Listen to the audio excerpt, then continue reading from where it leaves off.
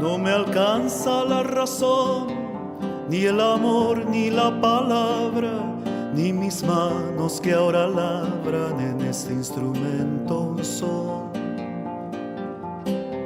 Si no alcanza mi visión, ni nunca me ha de alcanzar, pa' poder interpretar el pensar de Víctor Jara, quien dijera en su plegaria: yo no canto por cantar.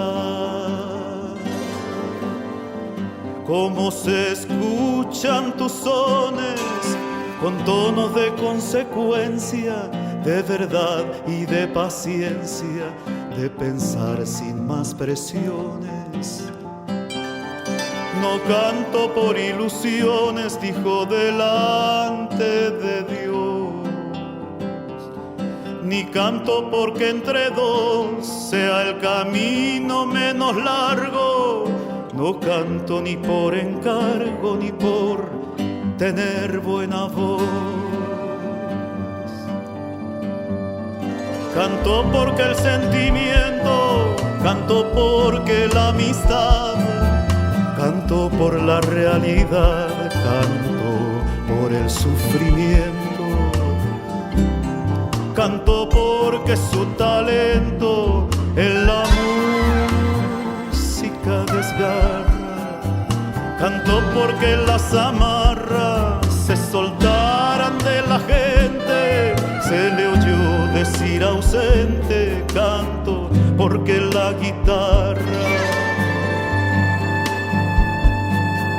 tu vida encaminada por un ideal diferente, por estar entre la gente, a la muerte fue llevada y no pudo ser librada de la fuerza y la opresión que apretado al corazón tu canto y día se aferra, porque cantarle a la tierra tiene sentido y razón.